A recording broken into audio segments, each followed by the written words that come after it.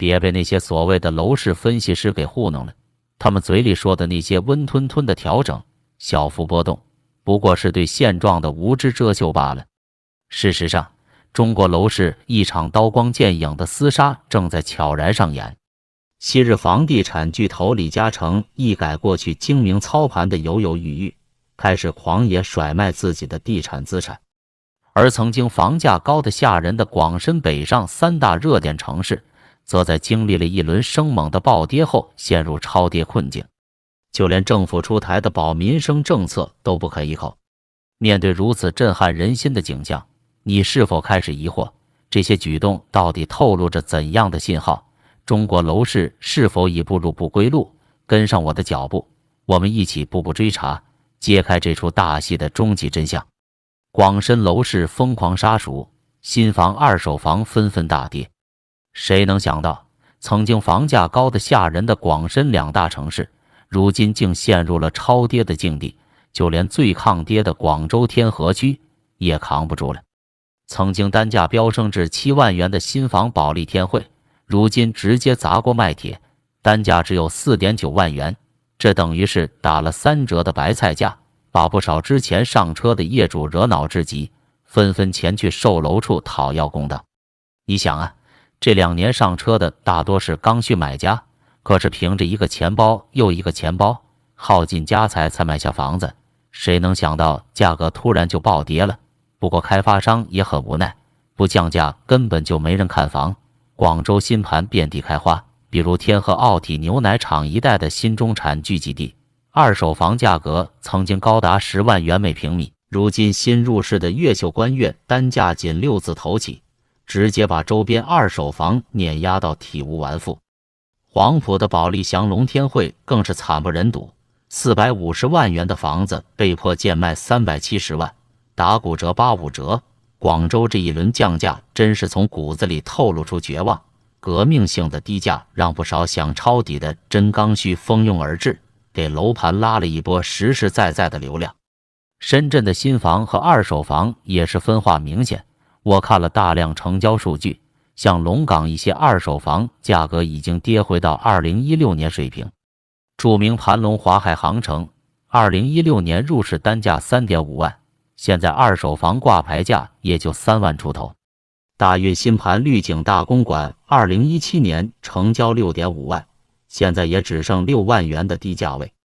深圳新房原本一直由政府限价，所以降价幅度没那么狠，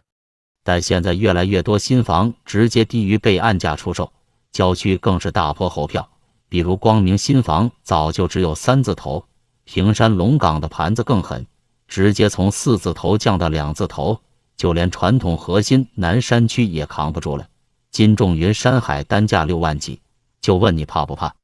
不怕。那你看看南山其他新房的价格就知道有多吓人了。前海辰湾9万，开云府9万多，2年前半山真境开盘更是高达12万元，如今单价6万，相比之下简直就是打了半价呀。如果你说深铁西府 5.94 万元已经很低的话，那可真是昂了。现在商品房价格已经跌到和人才房平起平坐了。深圳房价大跌如此，再不祭出啥大招，恐怕保不准人才房都没人要了。前期买入的业主更是会反扑，为了稳住保障房市场，深圳楼市已经陷入超跌状态，继续跌下去就是自杀了。李嘉诚疯狂甩卖85折清盘，到底是调虎离山计还是狡兔三窟？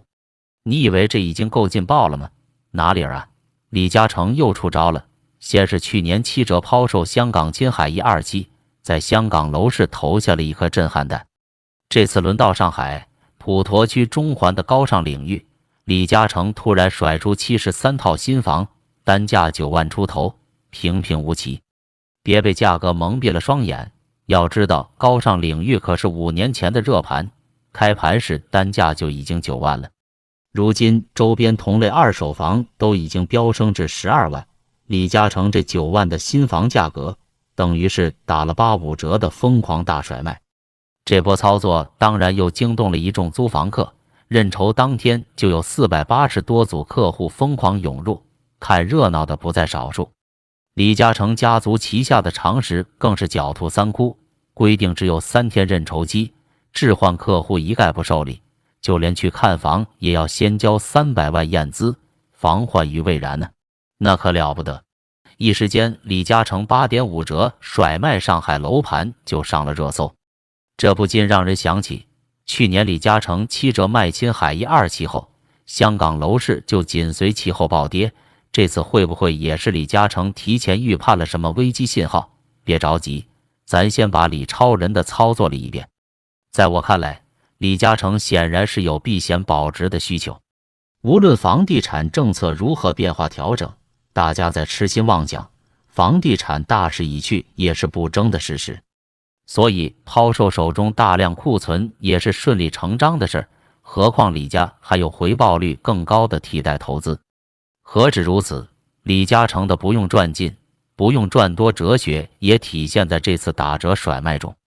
长江实业的执行董事曾解释，他们希望通过这种方式让更多市民早点上车或换好房，改善居住环境，售楼赚钱是次要目的，所以才选择了大甩卖大溜货的方式。看上去像是在做亏本买卖，其实不然，李嘉诚有自己的精明算盘。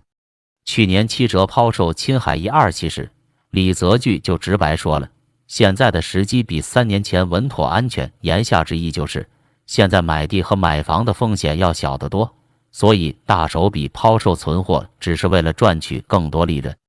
李嘉诚在北京藏旗，背后深意何在？当然，李家上至长子下至李嘉诚本人，在操作上也并非一贯如此。咱再来看看在北京李嘉诚这22年来唯一的一个项目玉翠园开盘的情况。去年7月的时候，北京玉翠园还上过一次热搜，消息传出这个项目即将开盘预售，可是时至今日项目迟迟没有动静。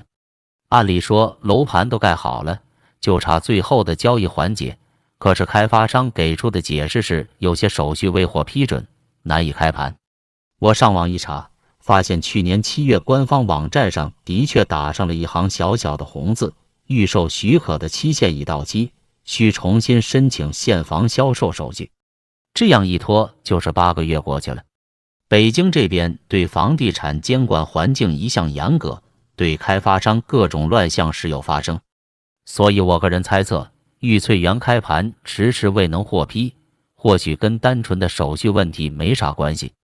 结合李嘉诚过去在北京的房地产投资和开发行为，我不禁产生了一种猜测或推测，超人是不是对北京楼市的行情并没那么乐观，所以在布局上并未太过用力。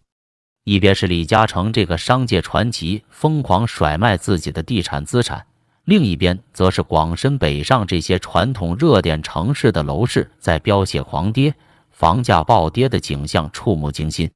让人不禁怀疑，中国楼市是否真的已经步入了最黑暗、最绝望的时刻？过去那个房价只涨不跌的美好年代，是否就此成为了一段遥不可及的回忆？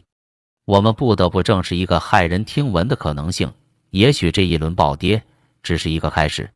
如果政策放任，如果没有果断有力的调控，楼市很可能会像多米诺骨牌般一路狂跌，引发一场前所未有的大灾难。